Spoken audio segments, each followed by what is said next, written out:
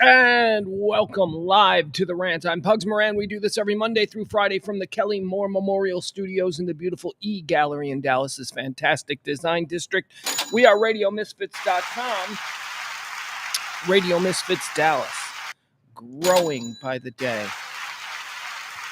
Let's see here. What is this? Well, it's me. It's a narcissistic middle-aged man who's screaming into the abyss every day at noon about current events, hot topics, trends, whatever it is that's happening in the world that people are just, buzzing about. I try to give it to you here. I deliver it in what's known as a stream of consciousness. That is a nonstop, extemporaneous conversation between one person, me. I'm talking, no breaks, no stops, no nothing. Just this, just me talking about the world for the next 2 hours. Now, in the course of these 2 hours, we will travel across 4 different segments of the show. We call these quarters. The first one is designed to just kind of get us up to speed on what this particular day has been all about. We call quarter one antecedently on this day. Quarter two, that's the birthdays. People who were born on this day, notable quotables, celebrities, if you will.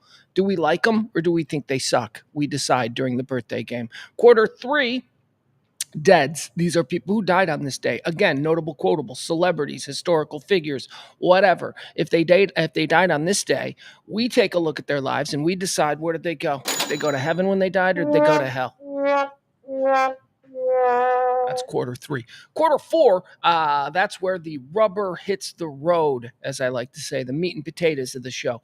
Quarter four is going to take the bulk of the time. It's today's news, today's headlines, today's current events, whatever it is people are talking about.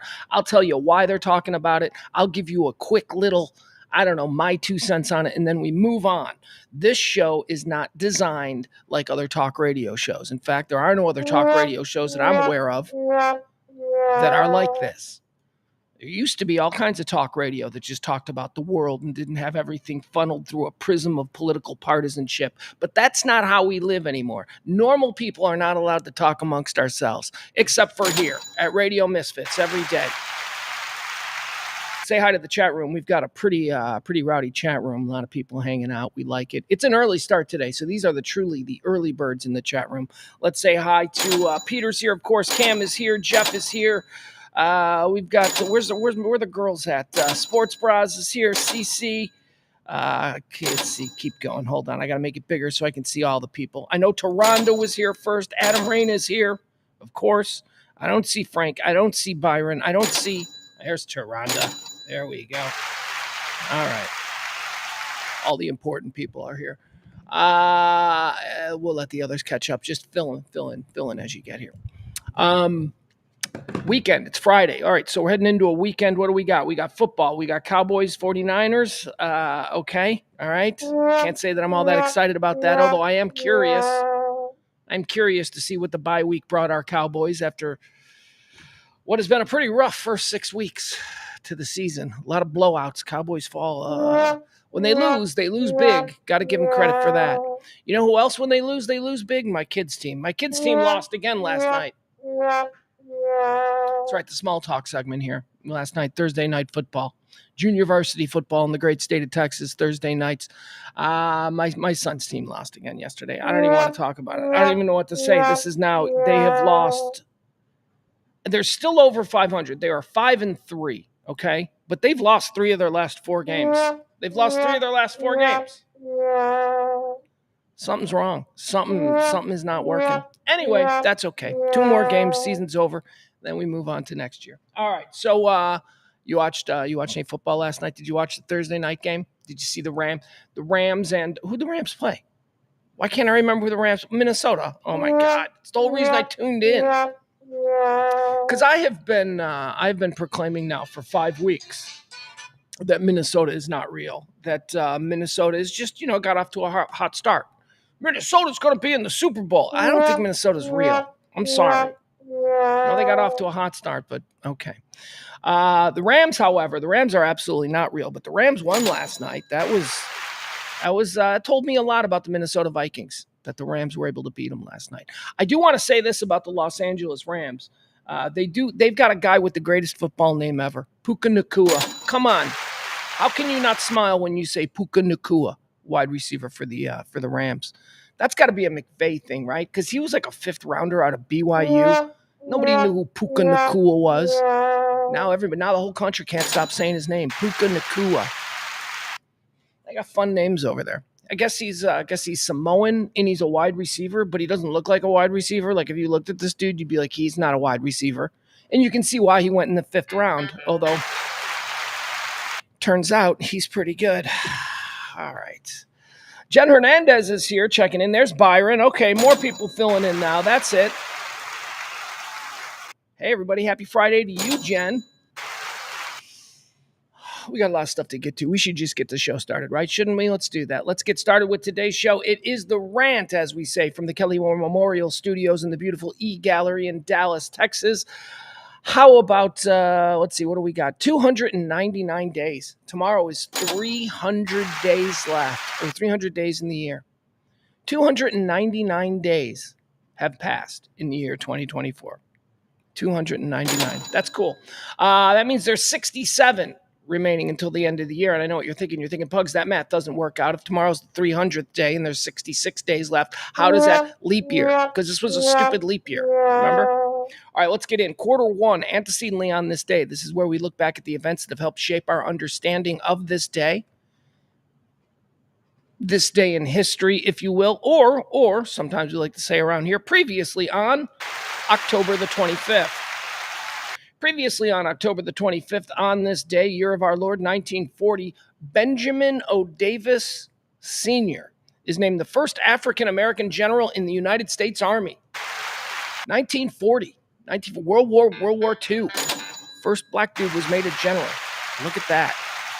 Never heard of him before. Where's his movie? Where's Benjamin O. Davis's movie? Antecedently on this day in 1944, World War II, let's stay with World War II, Heinrich Himmler orders a crackdown on the Edelweiss Pirates. The Edelweiss Pirates were a organized gang of youths in Nazi Germany that had assisted army deserters and others to hide from the Third Reich. Talk about where's Benjamin O. Davis's movie. Where's the movie of the Edelweiss Pirates? Huh? Bunch of teenagers in Germany who were like they were a street gang, but they turned against the Nazis. I want to see that movie. You know what else? I want to buy the first album by the Edelweiss Pirates. That's a great band name. Great band name. Edelweiss Pirates. Antecedently on this day, year of our Lord, 1962, during the Cuban Missile Crisis, Adlai Stevenson shows the United Nations Security Council reconnaissance photos of Soviet ballistic missiles in Cuba. That was on this day, year of our Lord, 1962. Whole bunch. That actually, we're in the middle of the 13 days in October, which is the historical 2-week period where the United States was engaged in what is now known as the Cuban Missile Crisis. And so we're going to have Cuban Missile Crisis updates every day. It was on this day that Adlai Stevenson went to the United Nations and said, they got nukes. Antecedently on this day in the year 1983, the United States and its Caribbean allies invade Grenada. This comes 6 days after Prime Minister Maurice Bishop and several of his Grenadinian supporters are executed in a coup d'etat. So I remember Grenada, 1983, I guess. It was like the only one, it was like my lifetime. We never really had a military engagement. And then suddenly it's like, we're going to war against a country nobody had ever heard of. And let's be honest, aside from we went to war with Grenada. Aside from that, we've never heard of Grenada since. We don't know what Grenada is. I don't even know where it is. Where is it? By Costa Rica? Where is it? I have no idea. Anyway, we went to war with Grenada on this day in 1983. It didn't last long. It was pretty easy, but yeah. Antecedently on this day in 1995, a commuter train slams into a school bus in Fox River Grove, Illinois, killing 7 students. Typically, I don't go this dark with the history segment of the show, but I remember this because we were the morning show in Chicago when this happened. This was a huge thing for the next year, like all of these charity events that we did for the Fox River Grove kids, and oh my God, big deal, big, terrible thing. The school bus was crossing the train tracks and got stuck in the middle of the tracks when a commuter train came flying through and just severed this. Just a real tragedy. I was on this day in 1995. Fox River Grove, Illinois. On this day, suburb outside Chicago. On this day in 1999, a Learjet crashes in Mena near Aberdeen, South Dakota. This was Payne Stewart's Learjet. Remember this? Remember when this was a wild story? I remember watching this unfold on the news.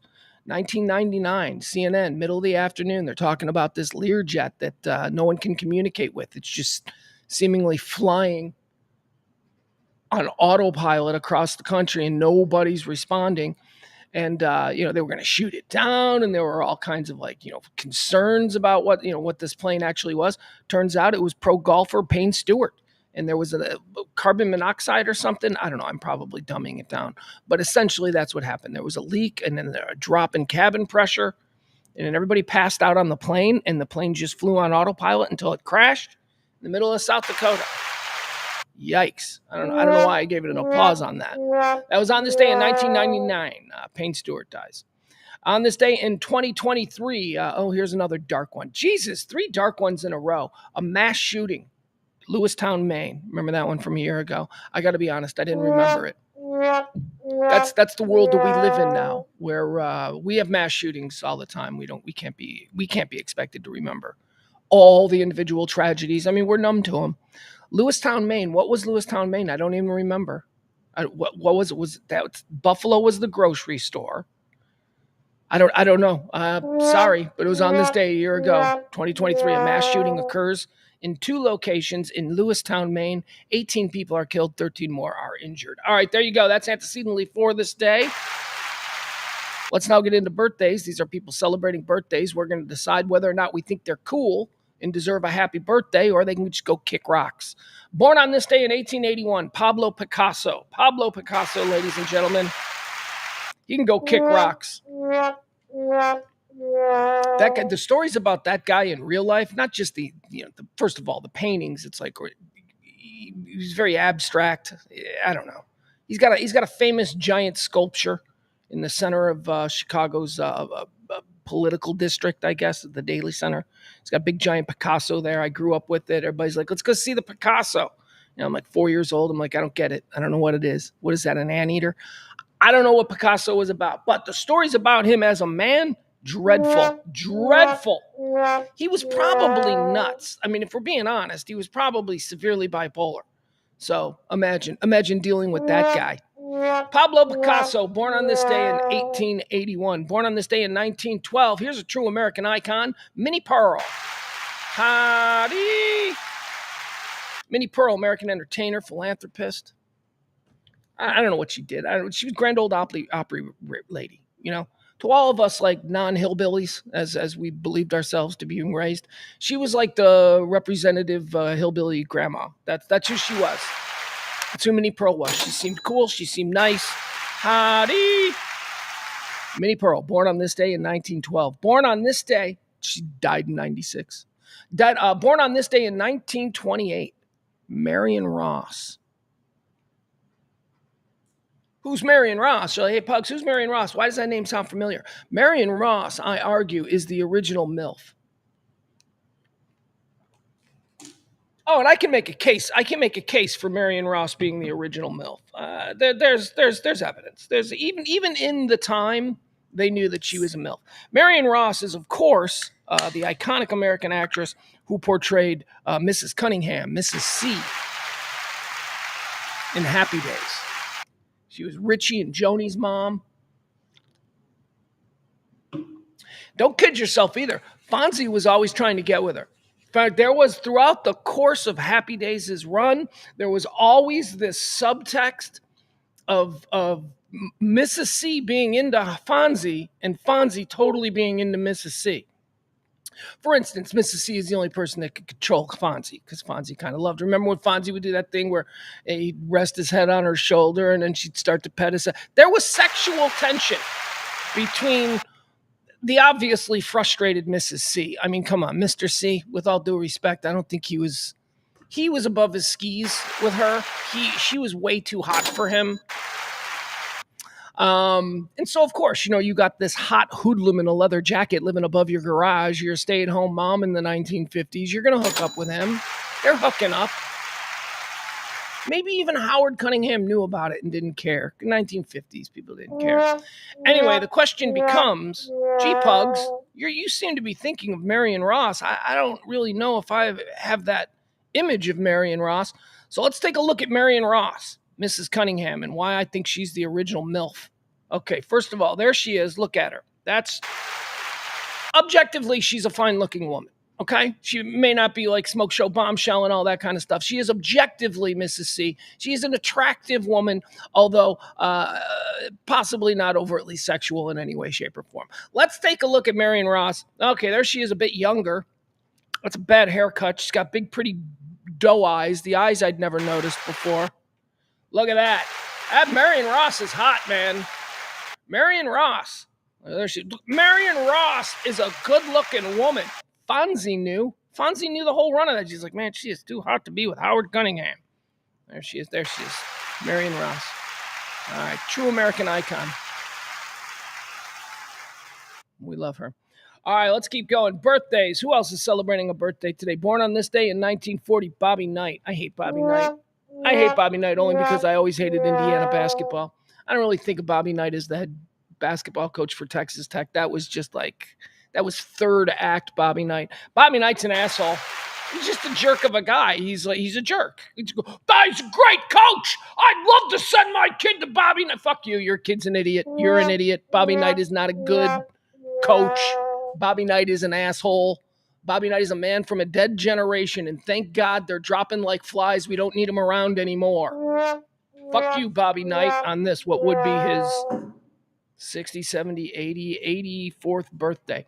Born on this day, 1940, celebrating a birthday, a true innovator of rock and roll, the great John Anderson, co-founder of Yes. Anderson, Wakeman, Bruford, Howe, whatever that is. I'm not entirely sure. Right, he did that too. But yes, if we're talking about John Anderson, we're talking about Yes. How about Glenn Tipton, born on this day in 1947? Glenn Tipton. Of course, you metalheads out there. Where's my metalheads in the chat? Yeah, who's Glenn Tipton chat room? You know. That's right, Judas Priest. Got no prizes, but you people get it. Glenn Tipton of Judas Priest, guitar player, co-founder, born on this day in 1947. Born on this day in 1957, here's a true American icon. Do you even know who she is? Her name is Nancy Cartwright. Make no mistake, 500 years from now, when this iteration of whatever this society is, whatever we are 500 years from now, because we ain't going to be this. I promise you, we ain't going to be this. Whatever we are 500 years from now, people will still know the work of Nancy Cartwright. It will be synonymous with this era, this culture, and you probably don't even know who she is. Who's Nancy Cartwright? It's Bart Simpson. This is Bart Simpson. She's been doing Bart Simpson for 35 years. 35 years, she has embodied that character. Whatever you think that character is, it's her. After 35 years, that everything, his size, his responses to things, his tones, everything. If you love Bart Simpson, you love Nancy Cartwright. All right, here you go. Want to see what she looks like? I always like this because people are like, I didn't know Bart Simpson was a girl. Yeah, not only is Bart Simpson a girl, but at this point, Bart Simpson's an old woman. Here she is. There's Nancy Cartwright. It's her birthday. That's Bart Simpson. Any other pictures of her? Let's see here. There she is, Bart Simpson. Bart Simpson. She's got Bart Simpson energy, right? Bart Simpson. Bart Simpson. Bart Simpson. All right. Happy birthday, Nancy Cartwright. Born on this day. Born on this day in 1957. Bart Simpson. Born on this day in 1970. How old is Nancy Cartwright? How old is Bart Simpson? 50, 64, 67, 60, 68, 67. Bart Simpson is a 67-year-old woman. Wow.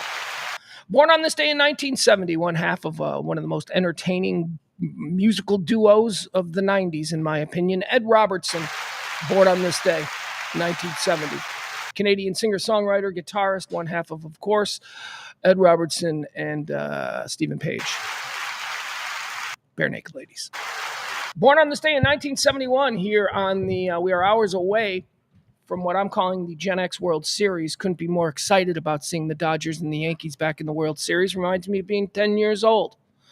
You know what else reminds me of being 10 years old? No, not 10 years old, 20 years old, in a bar late at night, watching this dude throw Don Zimmer to the ground. Pedro Martinez, born on this day in 1971. Do you guys remember that? That was like there was a fight between the Yankees and the Red Sox, and Don Zimmer, Popeye, comes charging out of the Yankees dugout, and he gets chest to chest with Pedro Martinez.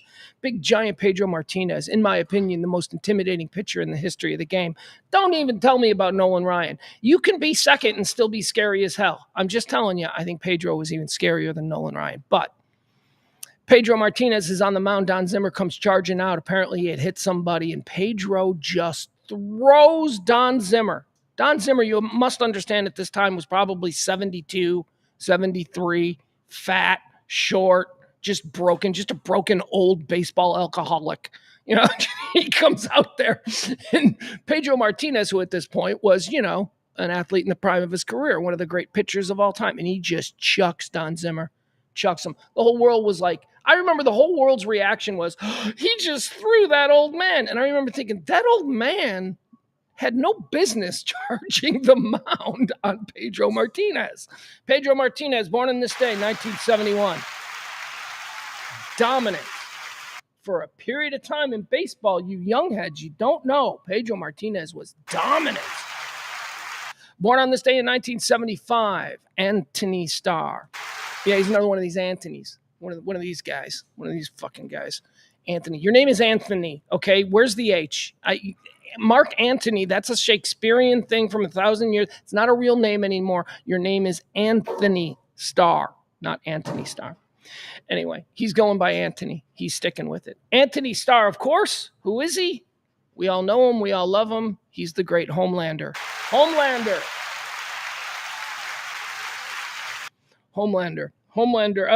Was it Jeff Ballard? Let me see. Is Jeff in the chat room right now? I think it was. I'll address this now. I believe it was Jeff Ballard who opined to me, could Homelander defeat Superman? I think he asked me that in a private chat at some point. The answer to that would be no, of course not. Nobody with the possible exception of Dr. Manhattan can beat Superman. Maybe if we're going to cross, DC and Marvel streams, that kind of thing. I guess we just did when we said Dr. Manhattan. Maybe Wanda, Wanda. Maybe Wanda has more powers just because. But no. To answer Jeff's question from a couple weeks ago, Superman is more powerful than Homelander. Doesn't stop it from being Anthony Starr's birthday. Anthony Starr, born on this day in 1975. Born on this day in 1984, Katy Perry, American singer, songwriter, and actress. Katy Perry, born on this day, 1984. What's her deal? What's her problem? Isn't she having some kind of problem now? Didn't she put out an album a couple weeks ago, and then the whole world decided that it was time to shit on Katy Perry? So now she's like the worst thing that there's ever been. Isn't that her buzz online right now? Happy birthday, Katy Perry. This month, you're the worst thing that's ever been.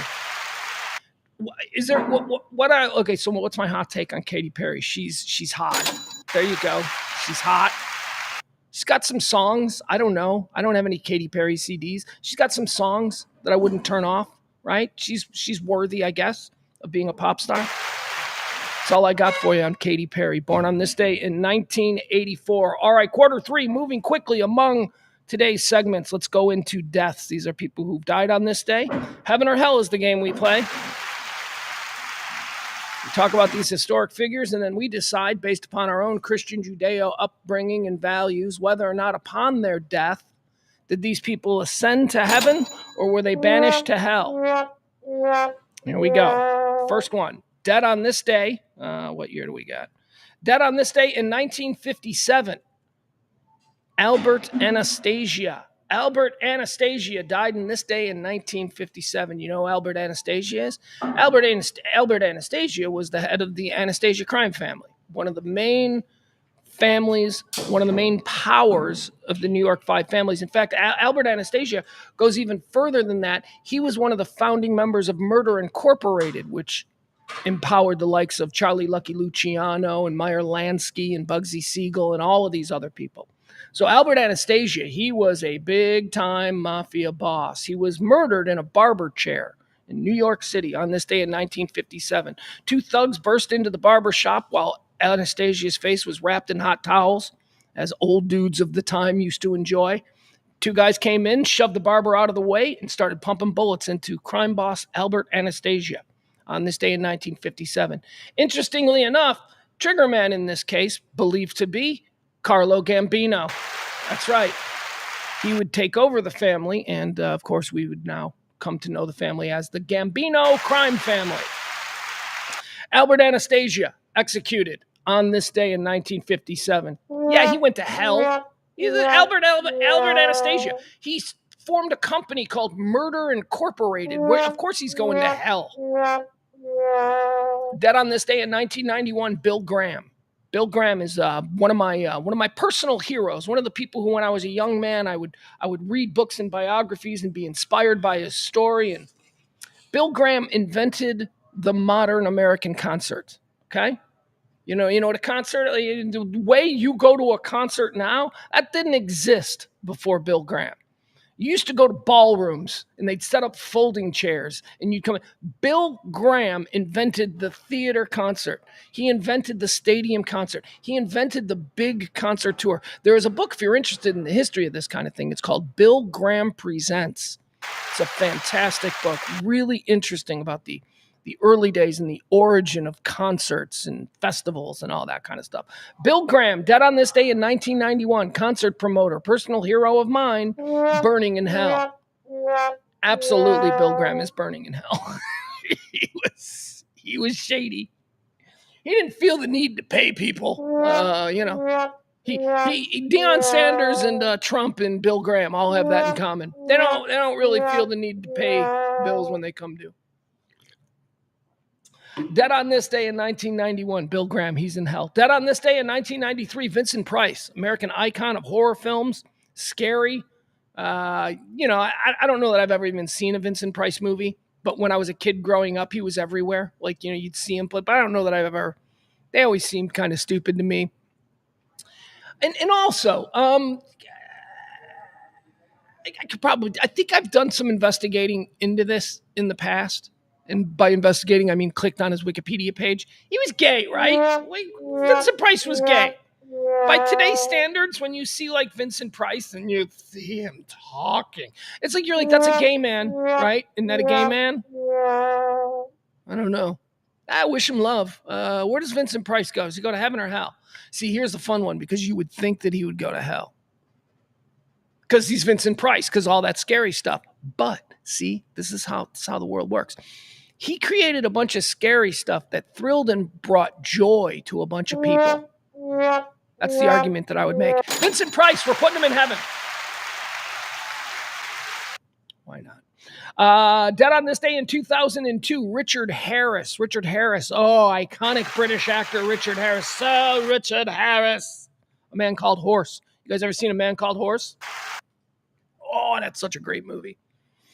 A Man Called Horse was one of the first movies that was released on VCR, for a VCR, on videotape. It was like one of the first movies that came out. I think Caddyshack, A Man Called Horse, and The Omen. That's it. If you had a VCR in 1977, you had those movies. You had A Man Called Horse, because there were only like 3 movies. My friend had a VCR, and one of the movies he had was A Man Called Horse. And in 1978, if you could watch a movie anytime, anywhere, you would watch that movie because that was just such a novelty. You mean I can pause it and we can go to the bathroom? Let's watch A Man Called Horse again. I watched that movie like 20 times. It's a good movie. It is a good movie. Cowboys and Indians movie. Well, Richard Harris, where does he go? Heaven or hell? He was a drunk. He played grab ass a lot. He was a bit of a rogue. He's probably in hell. So Richard Harris, dead on this day in 2002, probably went to hell. We talked about Bart Simpson. Talked about Bart Simpson in the birthdays, how it's Nancy Cartwright's birthday and how we love her and she's an icon. Dead on this day in 2013, another Simpsons icon, another icon of really Gen X television.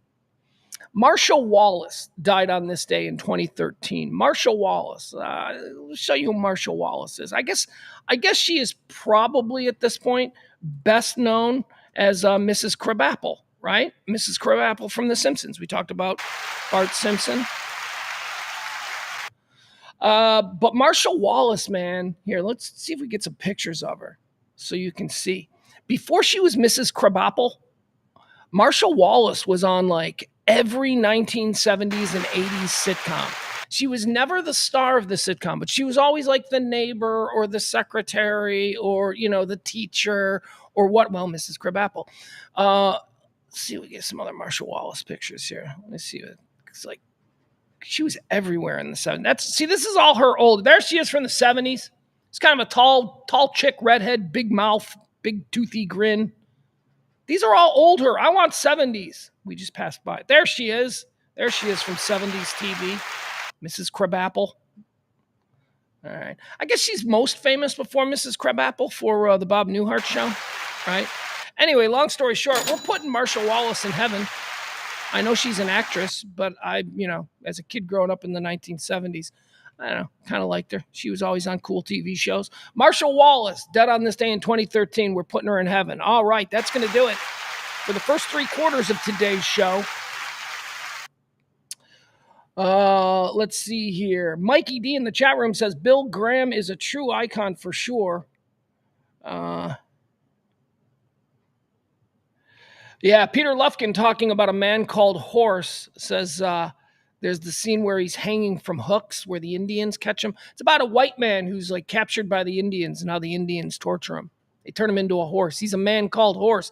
And yeah, Peter's talking about the hook scene where he's hanging on hooks. It's a rough movie. It's a good movie, though.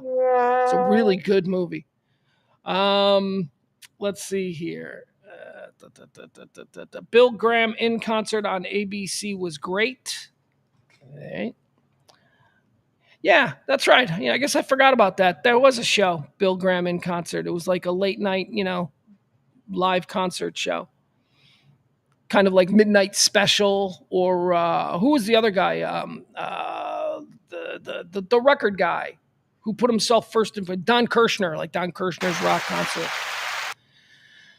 There were all these shows in the 70s when there were only 3 TV channels. And, we like to think back on it and be like, oh, if there was something like that on today, I would watch that. No, you wouldn't. No, you wouldn't, because there's something like that on all the time now. It's called YouTube. Anything that you want to see from that era, you can see on YouTube. Anyway.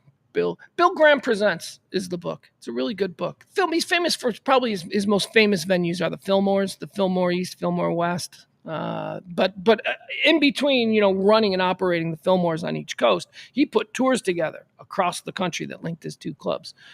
All right, let's get started here. Let's go into quarter 4. These are all the things that are happening in the world today, the hot topics, the current events, the trends. Once again, I'd like to invite each and every one of you to continue to support this kind of talk radio. This kind of talk radio is not pushed by any one political agenda. This is a show for normal people. It runs on your support, has done so for 3 years now. If you're so inclined, you want to support non-political, normal people talking about normal things, drop a little something in either the Venmo or the Cash App. Greatly appreciated. We're going to leave that up now for the rest of the show. Byron says, I'm working with Frankie Valli today. The memes are real. Oh, man, Frankie Valli. Oh, man. Walk like a man. So, I don't know if you guys are familiar with the whole Frankie Valli situation. And we'll get into the news and stuff, but Byron in the chat room just brought up something interesting. So, Frankie Valli is, of course, this iconic American entertainer, singer, actor. Frankie Valli in the 4 Seasons. Got some bangers, man. Got some real bangers. Like what is that one Frankie Valli song there's like one Frankie Valli song that's really good. It's like so 70s though. It's like I want to show it because it's just like, oh my God, look at this. 1975. This is what 1975 was about. What was that Frankie Valli song from then that was a big hit? I don't know. Anyway, it's a good song. It's objectively, you listen to it, it's a good song. Anyway, Frankie Valli is like 115 now. And apparently he's still touring. Byron is working with him today. And the controversy surrounding Frankie V's 90 says, okay, I was only off by 25 years. No, it's not Sherry. It's kind of, oh, it's that. Oh, here it is. Oh, I just thought of it. I can't believe I just thought of it. We'll watch the video. And then the show will not make any money. It'll be banned in like a million places. Hold on.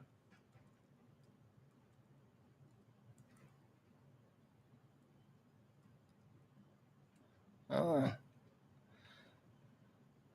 yeah. Okay. All right. I got the official video. I don't know if I don't know if the video is gonna. I don't know if the video is gonna do it justice, but this is like the most 1975 song ever. Here you go. Check this out. This is not a bad song.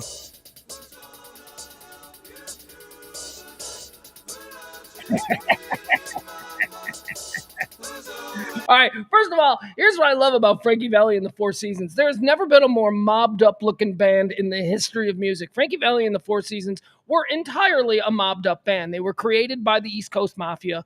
They played in mafia clubs. They were a mafia. Half the guys in the Four Seasons have like really solid ties to different organized crime families. Anyway, here you go.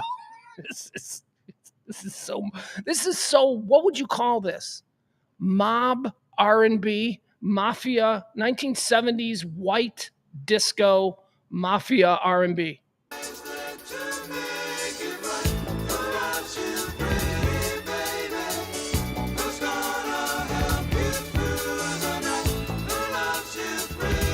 Fucking serious Frankie Valli is. He's like, yeah, man, this is that's so cool. That's so cool. He's about ready to just do that Frankie Valli thing.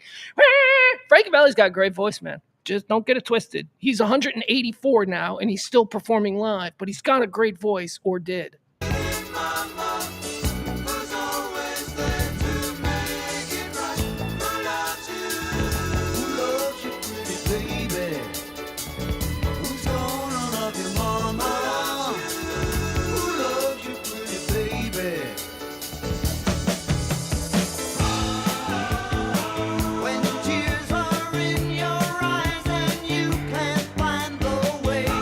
All right, there you have. Not a bad song at all. That is a good song. That bass line grooves. Oh my God. Anyway, so the controversy with him now is that ain't him today. Today he's 115 years old. He looks like he's been frozen in wax for the last 2 decades.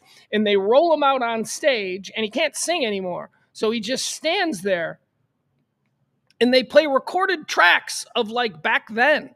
Like, his voice when it was like, the real Frank. So, people are paying for that. People are like showing up and it's just Frankie, cadaver Frankie Valli. They just like roll him out there and he stands there and I guess he holds the microphone and he turns his head a little bit. It's almost like he's basically in no condition to be doing this. Now, there are a couple of ways to process this information, right? And there's a lot of people who are like, they're exploiting him. Whoever is with him, whoever's in charge of his medications and all that, they need to be put in jail for elder abuse. This is elder abuse. I'm like, I'm in the other camp. I'm like looking at this going, I bet you he loves this shit. I mean, he's fucking great. He's Frankie Valli. This is what he wants. What, he's going to sit in an old folks' home, stare out a window, or roll him out. He's wearing the spangly clothes. He's got the hair done. Yeah, he's 146, but he's out there. He's standing. People are going nuts for him. And again, this isn't like a big secret. People know this. They know what they're getting when they go to if a bunch of oldsters want to stare at another oldster and listen to music that takes them instantly back to a time when they were happy and when they have memories and all. Who are you to begrudge them? A bunch of old people want to pay to see cadaver Frankie Valli in concert. Let them do it, man. It's not just about your idea of what an acceptable concert is. It's about memories. It's about that. Leave them alone. Although it is pretty funny. There's got to be some video, right? Can we show some video of Frankie Valli today?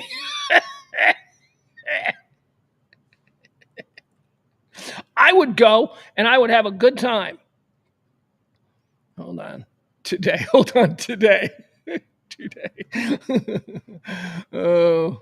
my God. All right, let's see what we got here. All right, this is from 2023, Frankie Valli and the Four Seasons. Let's see what this is.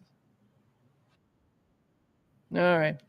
This one doesn't look as bad as some of the ones I've seen online, but here you go. He doesn't sing, he lip syncs. All right. Oh boy, here we go. There he is. Look at him.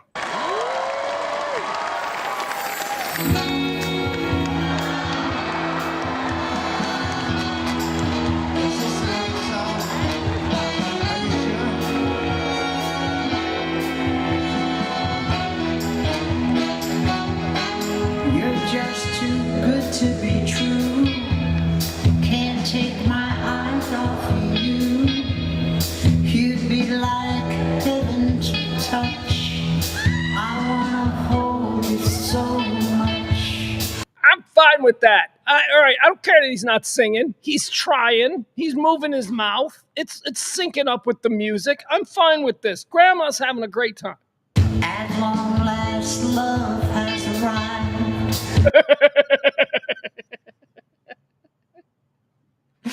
He does.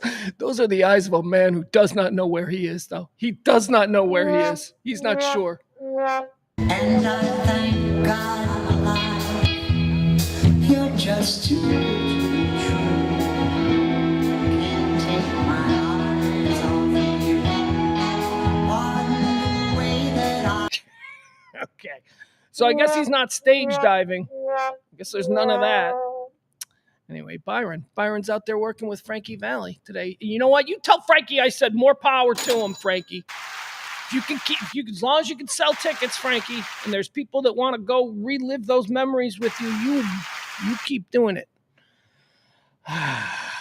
All right, let's see here. Let's get into the top stories of the day, because certainly Frankie Valli playing in Texas tonight is not it. Israel is, of course, how we start each and every show, and I've got no updates for you on Israel. There is nothing going on there, so we're going to move on. Story 2, the election comes to Texas. That's right, both candidates are in Texas today. Kamala Harris is down there in Houston. She's doing what's she doing in Houston? She's doing a big rally, big giant Harris County rally. She's got Bianchi. Bianchi's going to be down there. That's big, I guess. But I'm thinking if you're into Bianchi, like you're going to go to a political rally for Bianchi, I'm guessing you were already voting for Harris. Just a guess. I don't know. Willie Nelson, however, Nelson's also going to be down there in Harris County with the vice president. Willie Nelson, Bianchi, and I don't know. I guess that's it. Anyway, that's what she's doing down there. Big rally tonight. Big Friday throwdown. Willie Nelson, Beyonce, two of Texas's favorite sons and daughters down there for Harris. Meanwhile, in Austin, President Trump, former President Trump, that is, he's going to be sitting down with Joe Rogan today.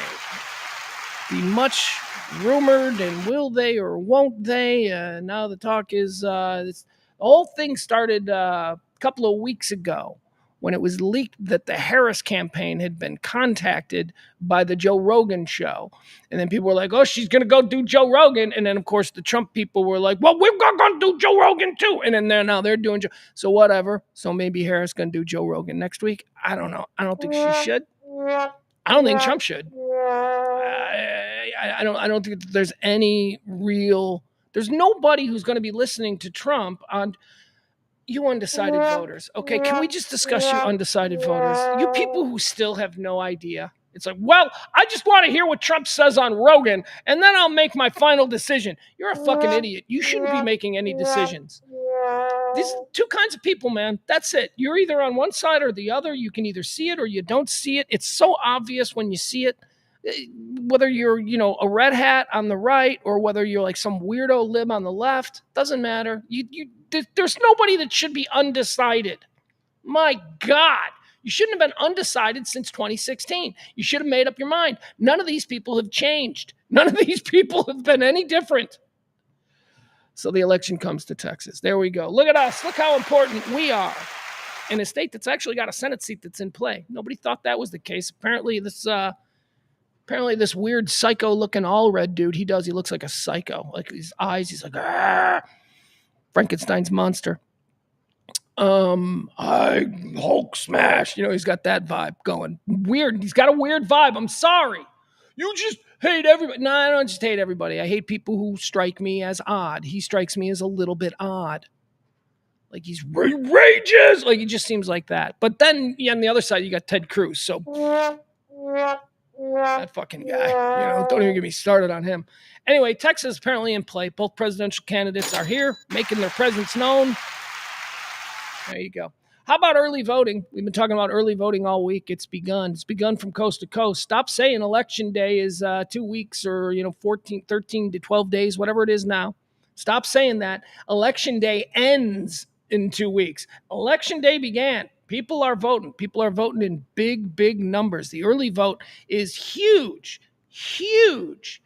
Now, some of you are like, what are you saying the early vote is huge? The last one in 2020, the early vote was much huger. What? Yes, in 2020, the early vote was much different. It was bigger. The early vote was bigger. This is the biggest early vote we've ever had in normal times because we were in a pandemic in 2020. You weren't allowed to go to the polling place. That's why. That's why it was a bigger early voting turnout in 2020. There was a pandemic going on. We got to stop this comparing everything to 2020. Well, it's not the way it was in 2020. Nothing was the way it was in 2020. 2020 was the pandemic year. 2020, 2021, can't compare anything from those times. It just can't. Anyway, it says here, how many million people have already voted? 33,519,876 mail-in and early in-person votes have now been cast nationally. 33 million. That is huge. Now, why is this again? Why do I make this case that we need to throw out 2020 because of the pandemic year? Well, because what it shows is if you throw out 2020, if you throw out the fact that people had to vote in this way in 2020, throw that out. What it shows with the big early voting is an engaged electorate this time. People are motivated to vote, whether they are on the right or whether they are on the left. They are engaged and they are coming out, and we are going to have a massive turnout, and that is a good thing, regardless of what side that you're on. All right, 35 or 33 million people have already cast votes. There were 57,893,420 requested mail-in votes. So of 58,000 or 58 million requested, 33 million have actually been returned and cast. That's, again, that bespeaks a very engaged electorate. Let's see here. By party registration. So let's see if we can extrapolate any information about this huge early voter turnout, okay? By party registration, 46% of the early votings, 46% are registered Democrats, okay? 46% registered Democrats. 29% of registered or early voters are Republicans. 25% are other. 25% are basically independents, I guess. But yeah, so the big early voter turnout seems to be decidedly blue. Seems to be that the blue has gotten the word out about early voting and registering by mail and all that kind of stuff to a much larger extent. 46 to 29, that's big. That's not close. 46 to 29 is the Democrats are definitely owning the early voting. Okay, so how that's going to work out, who knows? I don't even care. You know me, I don't give a shit. My Wednesday morning after the election is just going to be another show. I still got my bills to pay. Ain't nobody who's going to be sitting in that Oval Office going to be able to change my life. Yours either. An update on a story we did earlier in the week. I told you about that family in Washington State. Remember, the whole family was murdered by, they think, a teenager? Oh my God, like 3 kids and 2 moms. It was a family of 7. 5 of them are dead. One of them survived, and one of them is believed to be the murderer. That's a 15-year-old kid, okay? So here now we have more information. Again, we talked about this earlier in the week. A 15-year-old boy is charged in the shooting deaths of his parents and 3 siblings in Washington State. A 15-year-old boy has been accused of killing his parents and 3 of his siblings this week east of Seattle. He then tried to pin the slayings on his younger brother, who had perished. But a sister who survived after playing dead escaped to a neighbor's house and told police who really carried out the shootings. Authorities said in a court document made public Thursday. All right, so here's what we're learning from the sister who survived and escaped the house. Apparently, the 15-year-old got in trouble for bad grades, and so the 15-year-old decided to murder the entire family because he got bad grades. He tried to murder his 11-year-old sister, but she laid and played dead, and she got out, and So he murders his family, and then he calls the police, and the police show up, and the 15-year-old kid is like, my 13-year-old brother did it. And then he killed himself, and the 13-year-old brother's dead. It's like, my 13-year-old brother did it. But he didn't realize that the sister had escaped, to the neighbor's house, and that she was shot, but she was talking, and she told the police that no. Fact of the matter is, there was a big fight in the house because he got bad grades, and he went and got Dad's gun, and he turned Dad's gun on everybody in the family. And that he was the only one in the family other than Dad and Mom who knew the combination to the gun, so none of the other kids could have done it.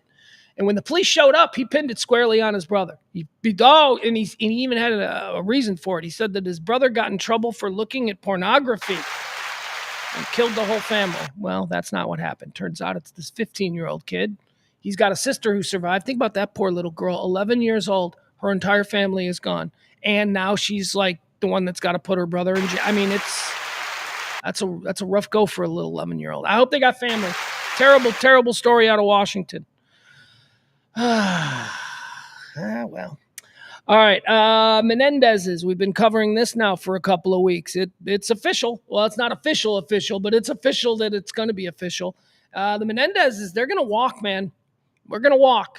We've been talking about this for a couple of weeks now. The district attorney, the Los Angeles district attorney, is recommending resentencing for the Menendez brothers. He says, this is the Los Angeles district attorney. He says, I believe the accusations of molestation against the brothers. So this is interesting because, of course, they've been in prison now for 34 years. The Melendez brothers were a couple of rich Hollywood kids. Their father was a studio executive. They lived a very nice life in Beverly Hills, and the Menendez brothers murdered their mom and dad, cold-blooded, slaughtered them right there in the living room. Big, high-profile trial. If you weren't alive back then or if you weren't paying attention, fine, I'll catch you up to speed. It was one of them trials. It was like an OJ trial. It was everywhere, and every magazine had pictures of the Melendezes. And were they awful, ungrateful, silver-spooned little rich monsters, or were they victims of abuse from a sadistic and ritualistic abuser in their father? That's what they said.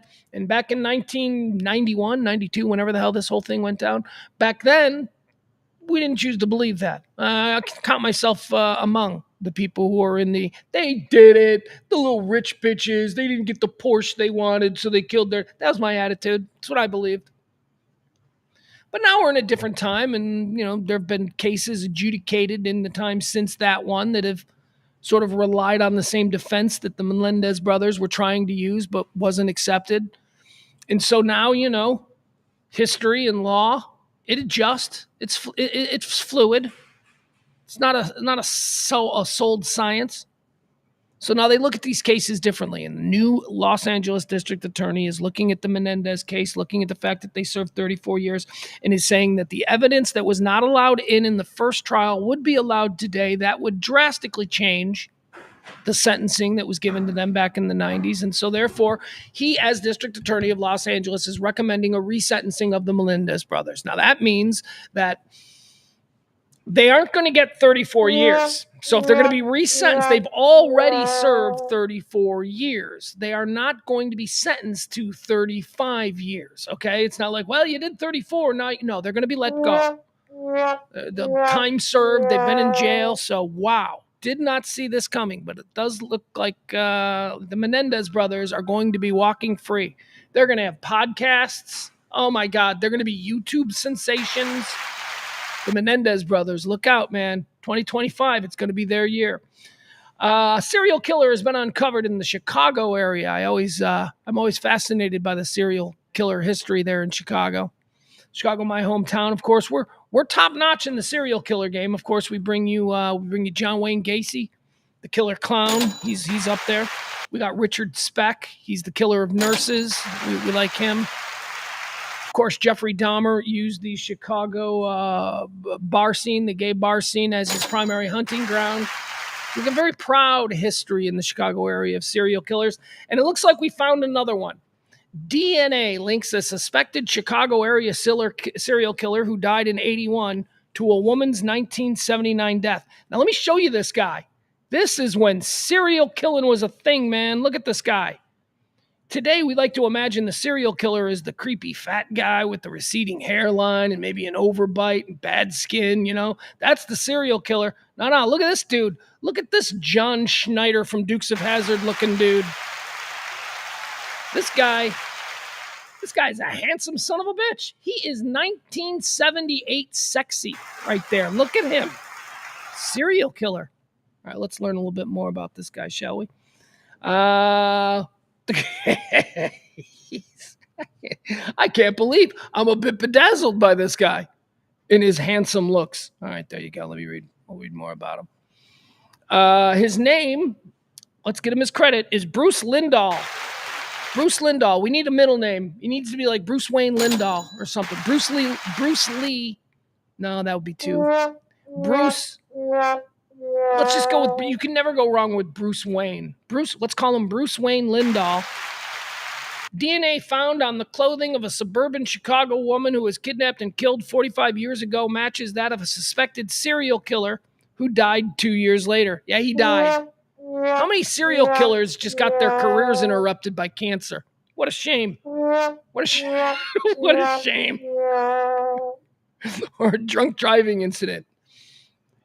Think about that. That's a possibility. Somewhere out there is a drunk driver who killed a serial killer. There is a drunk driver out there who got drunk and he weaved into the wrong lane and he went head on and he killed a serial killer, a working serial killer who we didn't know about. He just died and the serial killing stopped, and then there's just a bunch of unsolved murders. The DNA of Bruce Lindahl is he's believed to have killed as many as a dozen women and girls. I'm telling you, again, man, let's take a look at Bruce Lindahl. I'm sure. The 70s, man, it was like free love and stuff. Come on, this dude starts talking to you at a backyard barbecue, right? Shirtless. He's shirtless. He's wearing blue jeans. He's wearing faded blue jeans, but no shirt. He's got no shirt here, so, probably doesn't wear shirts. He's probably handsome. He's like, I'm Bruce Lindahl. You want to go back to my apartment and water my ferns? I don't know. I don't know what they did in the 70s. Water ferns? I don't know. Anyway, he's dead, so they're never really going to pin a bunch of stuff on him, but they think that he's, responsible for like a whole bunch of murders. He's handsome. He's up there with Ted Bundy. He's like Ted Bundy handsome. I want my serial killers to look like John Wayne Gacy. Fat guys who obviously have a problem with women because, they're not into them. Not Ted Bundy. Ted Bundy, he got women all the time. I bet you this Bruce Lindahl guy, I bet you he got women all the time too. All right, how about this story? The Denver Broncos, Josh Reynolds making some news. You guys know who Josh Reynolds is? Never heard of him. Got to be honest, never heard of him. Been in the league like 8 years. Been in the league as a wide receiver for 8 years. Never heard of Josh Reynolds. So, remember earlier in the year when Ricky Pearsall from the 40, is it Ricky Pearsall? Yeah. 49ers got shot. He was in San Francisco. He's walking down the street. Dude shoots him. Ba-bam, ba-bam, ba-bam. Ricky Pearsall. Big story. Happened again. Josh Reynolds. Although this isn't quite as innocent. Josh Reynolds, in this case, Josh Reynolds was like, in a strip club at 3 a.m. So, Broncos receiver Josh Reynolds is recovering from 2 gunshot wounds after visiting a strip club. Denver Broncos wide receiver Josh Reynolds is recovering from 2 gunshot wounds that he received following a visit to a strip club. Josh Reynolds was a victim of a shooting in Denver and received treatment for minor injuries. Now, here's the minor injuries.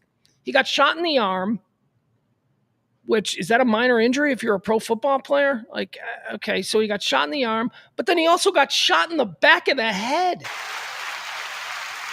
How did it just totally miss him? Like, how did you get shot in the back of the head and it's just considered a minor injury? Denver police said that they've arrested 2 men, Luis Mendoza, 35, and Burr Charlesworth, 42, in connection with the shootings. Say it occurred around 3 a.m. along a stretch of Interstate 25 south of downtown, out in front of a strip club called, what's it called? I don't know what it's called. There was a funny name for it. Sounded like a place where you don't want your Broncos to be hanging out in. Anyway, there you have it. This guy, never heard of him. Josh Reynolds. He's going to be fine. Don't know if he's going to miss any games or anything. Who cares? Just another stupid, young, rich, professional athlete. 3 o'clock in the morning in a strip club, and nothing good happens after 2 a.m. Isn't that what they say? Probably good advice. Although I would push back, because now if I've got to like come a lot of good things, I've had a lot of good things happen to me personally after 2 a.m. I've also had some bad things happen. It's not all going to be good. There have been some good things that have happened to me after 2 a.m. I can promise you that. All right, moving on. This is an interesting story. So, those of you who know me, you know that I have two things that I like very, very much. Such a weird way to say it. Two things that I like very much.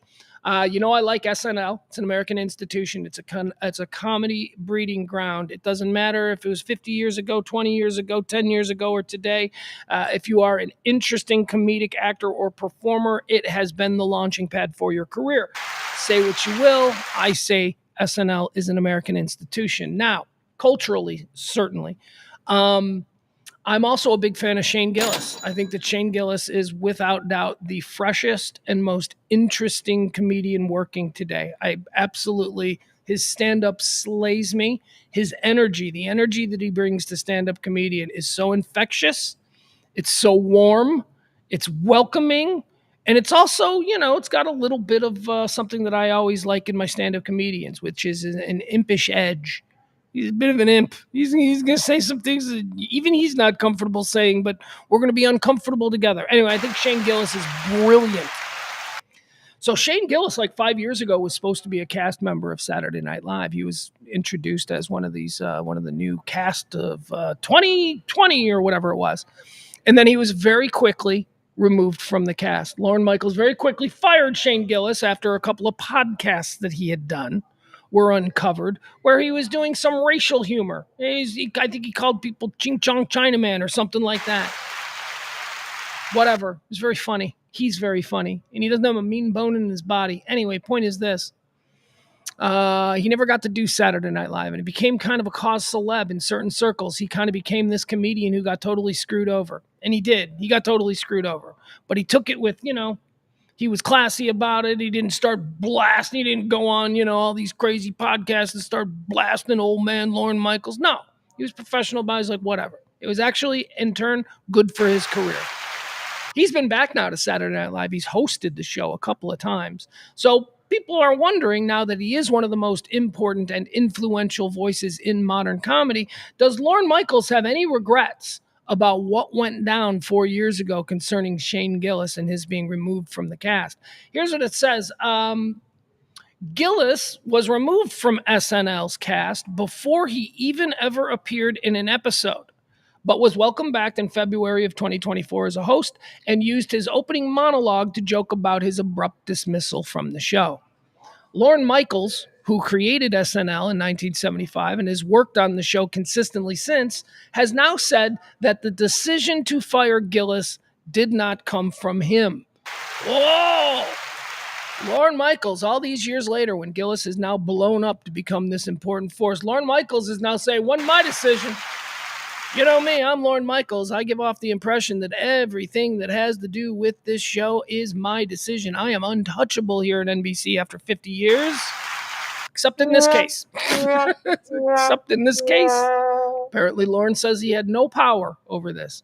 Lorne Michaels goes on to say about the firing of Gillis, quoting him now, that was very strong from people in charge. Very strong. And obviously, I was not on that side, but I did understand it, the 79-year-old Michaels told the Wall Street Journal, admitting that he kept in touch with Gillis after the firing. Recalling the controversy, Lorne Michaels said, he said something stupid, but it got blown up into the end of the world. I was angry. I thought, you haven't seen what we're going to do with him and what I'm going to try and bring out of him, because I thought from that very first moment that he was the real thing. Shane Gillis is a comedy star. Lorne Michaels. Look at that. Hey, he sure is. He's infectious. He's likable. See, people like him. Those beer commercials that are running during football games where he plays the college coach.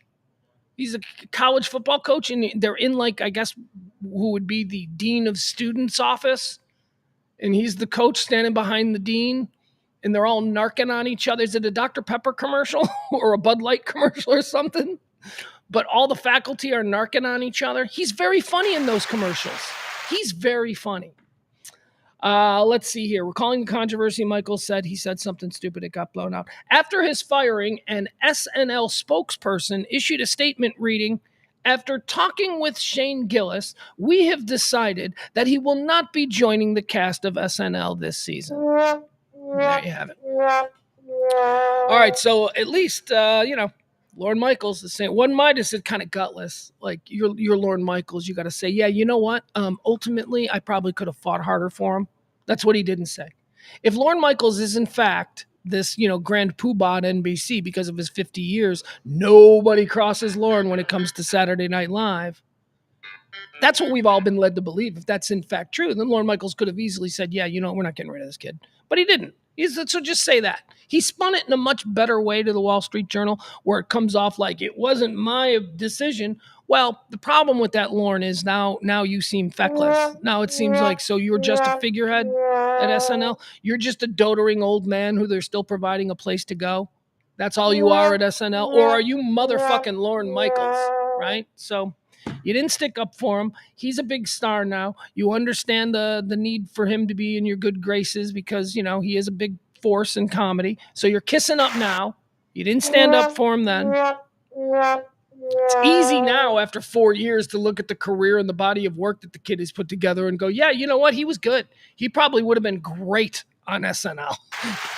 He's been great as a host. When he's appearing in sketches, his sketch comedy stuff that he does on YouTube that got him to Saturday Night Live is great. Come on, Isis Nissan. Have you guys never seen the Isis Nissan commercials? They're hysterical.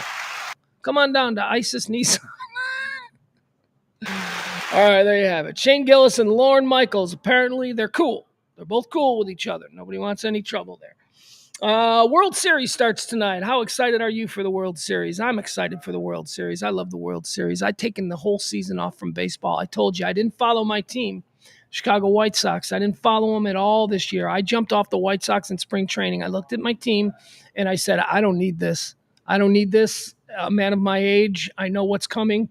I do not need to be a part of this. So I stopped watching baseball all year. I tried with the Rangers, but once it seemed like the Rangers were kind of a fluke last year, I was like, oh, man.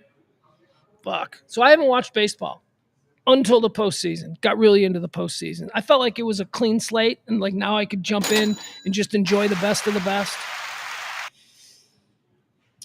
Tonight starts the best of the best, the World Series. I keep calling this like this is like the perfect Gen X World Series.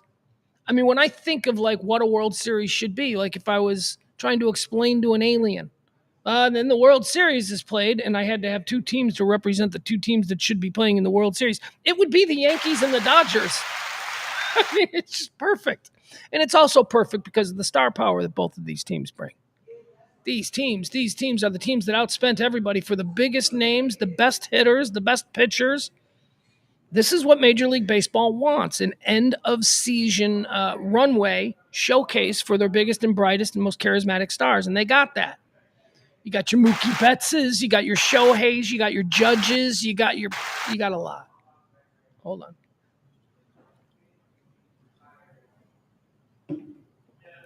Let's see. Here's what it says about tonight's World Series. This figures to be the first World Series featuring 5 MVPs. Holy cow. 5 league MVPs are going to be on the field at this World Series. That's pretty cool. The Dodgers will bring out MVP Ohtani, MVP Freeman, and MVP Betts. Mookie. The Yankees, Aaron Judge and Giancarlo Stanton. 5 MVPs are going to be out there. Ohtani and Judge are the likely MVPs for this year's World Series, marking the first series to feature both since San Francisco's Buster Posey and Detroit's Miguel Cabrera in 2012. This will be the first series with a pair of 50 home run hitters in Judge and Ohtani.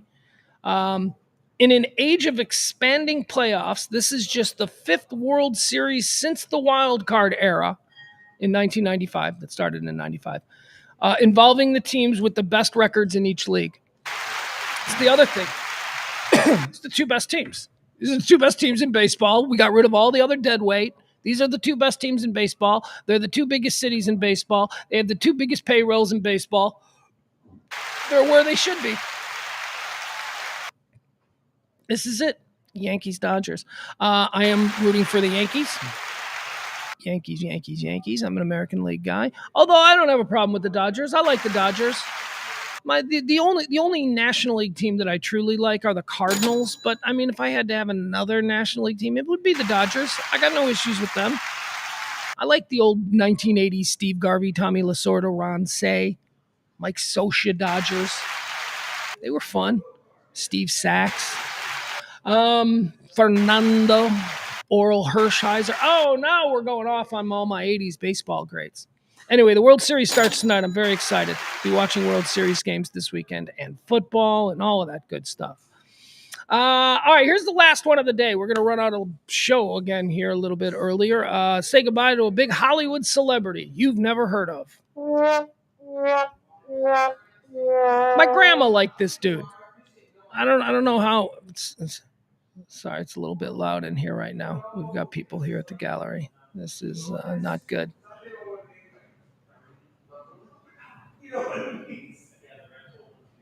Hold on. We're listening in. How loud is it? How loud can you hear the art dealers in the background? Knock it off! All right. My grandma loved Jack Jones, and Jack Jones is dead. Jack Jones was a singer, a songwriter. Not a songwriter, just a singer. He was a lounge dude. There was like this whole crop of dudes who were kind of famous in the 60s and 50s. They were lounge guys. They didn't really become legends or anything, but, you know, sometimes they name you. Like my grandma. Oh, like my grandma also, like, there was this dude, who was the other? Jack Cassidy? Was that another guy that I think my grandma liked? Oh, that Jack Cassidy. We're watching Merv Griffin. I'm like 8 years old. Jack Cassidy comes out. My grandma's all into it. Like, yeah. Jack Jones, too. Grandma liked Jack Jones. Jack Jones died. He died because he was old. He died because he was like in his 90s. But why do we know Jack Jones? Jack Jones was most famous. And seriously, this ought to speak to his level of fame. He was most famous for the guy who sang the Love Boat theme. that was his biggest hit. Went to number 37 on the pop charts. Here, let's watch this, shall we? This is the late, great Jack Jones. My grandma liked him. Here he is.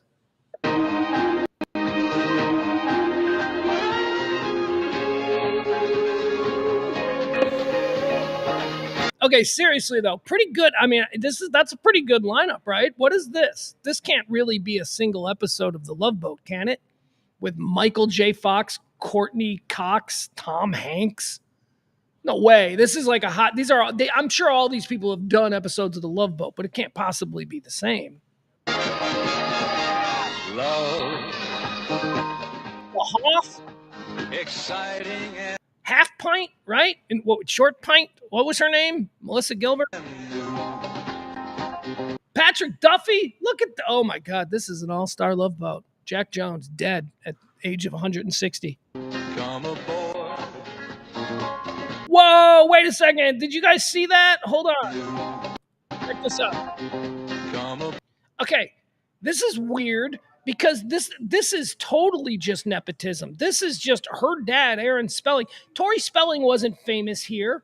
At this age, she hadn't done 90210 yet. That was like 10, 12 years in the future. Her dad's just like shoehorning her in here. We're expecting Jackson? Oh my God. All right, so big star alert. Janet Jackson, huge star. Tom Hanks, huge star. Who's bigger, Janet Jackson or Tom Hanks? I'm going to say Tom Hanks. Will we see a bigger star than Janet Jackson and Tom Hanks? No, not Jamie Lee Curtis. Not MacGyver. That's Richard Dean Anderson. Nope, not him. I don't even know who that is. Oh, yes, I do. Beastmaster. That's who that is. Beastmaster. Mark Singer. Is that the other chick from Little House on the Prairie? Do we got both sisters from Little House on the Prairie on this episode? Let it flow. Never heard of Matthew Laberteau. Never heard of him. It floats back to you. Never heard of Bernie Hamilton. Bernie Hamilton. He sounds like he played the outfield for the Yankees in the late 80s. All right, so Dirk Benedict is, of course, the original Starbuck from Battlestar Galactica. Joan Collins, big star, not as big as Tom Hanks or Janet Jackson. Heather Locklear, look at her. Leslie Nielsen, big star, not as big as Tom Hanks or Janet Jackson.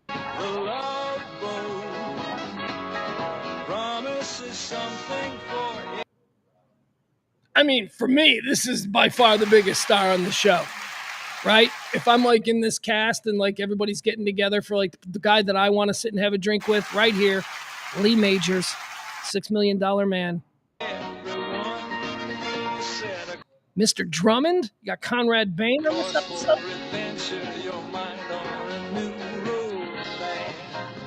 Who loves you, baby?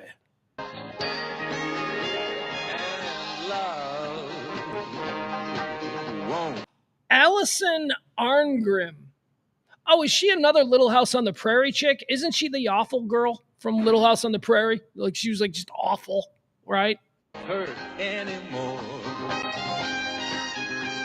Morgan Brittany. Wow.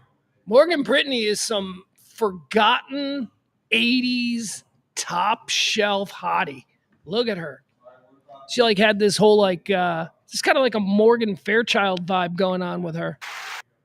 It's an open smile. There he is, Mrs. C. We talked about Mr. C. We talked about him earlier. He wasn't giving it to Mrs. C. Mrs. C was going outside the house. Mrs. C was going above the garage and she was banging out Fonzie because Mr. C was not giving it to her. Danza. We got Danza on this episode. Danza Estrada.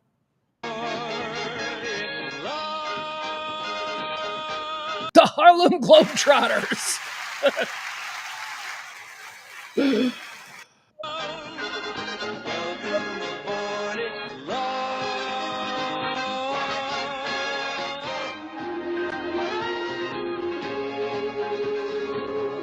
I'm sorry, I'm just enjoying watching this cavalcade of dead celebrities that once appeared on the Love Boat.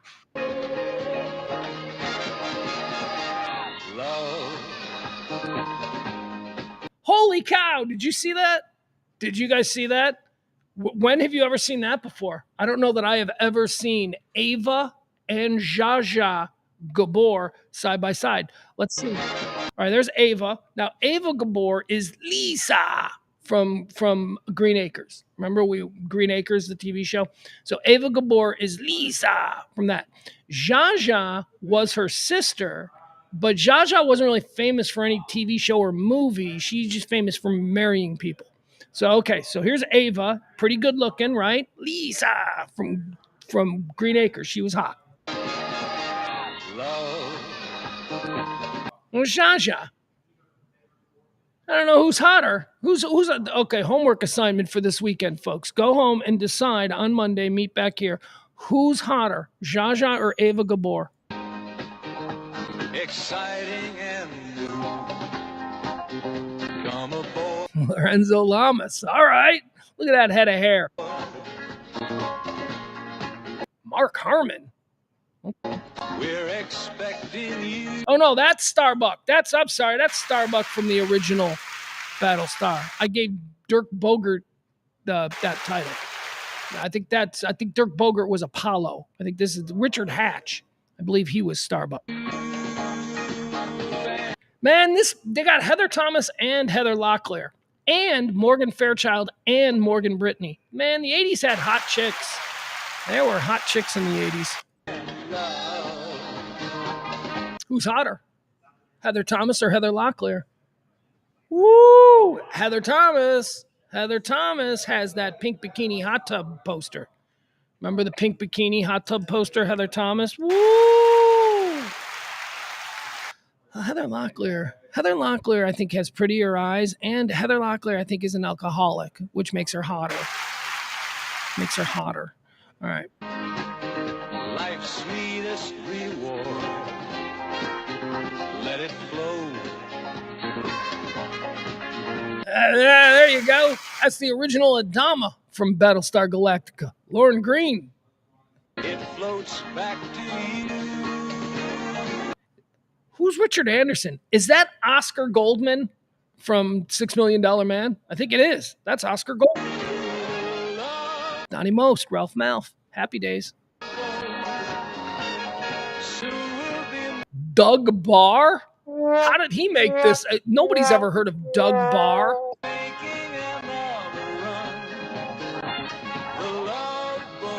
All right. Barbie Benton. She's another hot one. She was one of Hugh Hefner's girls, right? 80s hot, man. 70s, 80s hot Barbie Benton. Look at her. That's timeless. She's hot. Who the hell is that? Who's Bix? 70s were all about robots. We all assumed in 1979 we all assumed that we'd all have robots as best friends by now. We don't. Some people have robots as sex partners. That's about as far as we've gotten. We got to losers having sex with robots and then went, what else can they do? And then people were like, who cares? They can have sex. Raymond Burr. Mark Burton. All right. Chuck Connors, the rifleman, star of 1950s gay porn. He gives you that little wink there like he knows. I did gay porn. Wink, wink. Take it in the butt. Mike Connors. Oh, that's Bosley. Look at that. We got both Mr. Cunningham, played by the actor Tom Bosley, and we've got David Doyle, who plays the character of Bosley. As a little kid, I thought Bosley and Mr. C, Mr. Cunningham, were the same guy. They're not. Hurt anymore. It's an open smile.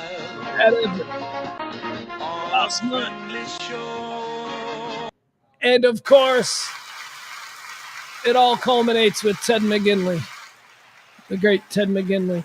Who, by the way, Ted McGinley is awesome. Ted McGinley, the new season of Shrinking. I don't know if you guys have Apple TV or not. But the new season of Shrinking is being unveiled. They don't just give me the whole season so I can binge watch it over a weekend or something. Don't. Anyway, if you're not watching Shrinking, you're missing out on one of the best shows on TV. Shrinking is so good. Shrinking stars, Ted McGinley, who we just saw there. But don't worry, he's not the star of it. We're not going to burden Ted McGinley with carrying the show. Now, Ted McGinley, he's just one of the side characters. The stars of Shrinking are the dude from How I Met Your Mother. Okay, I think his name is Jason Segel or something like that. He's very funny. Him, Harrison Ford. That's right, Harrison Ford. And then Jessica, I can't think of her name. She's very funny, from The Daily Show. Anyway, great show. Shrinking on. It's about three psychiatrists who run an office together. The three psychiatrists are the Jessica chick from The Daily Show, Harrison Ford, and Jason Segel. It's a good show. Ted McGinley plays Jason Segel's neighbor. Guys, that's it. Yeah, that's it. We are out of show. Mikey D says Morgan Fairchild went to Lake Highlands High School, if my memory serves me correctly. Probably. Here's how I know this. Name a random sexy woman from Hollywood of the past 100 years. Just name her, and there's a better than 50-50 chance that she's from Texas. That she's got some kind of... Seriously. The test used to be with Playboy. Go find an old random Playboy. Like, I don't care. I don't care if it's November of 1984. Just go find a random Playboy, open to the centerfold, and I promise you there is a better than 50-50 chance that centerfold is going to be from Texas. They always are.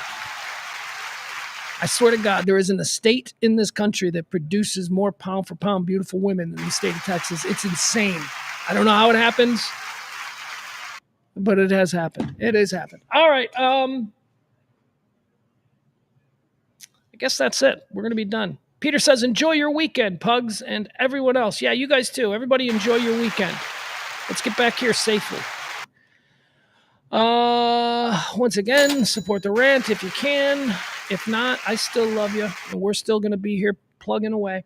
Like, follow, subscribe, do all of that good stuff, and you'll be hearing from my lawyers. We'll see you back here on Monday for more of the rant.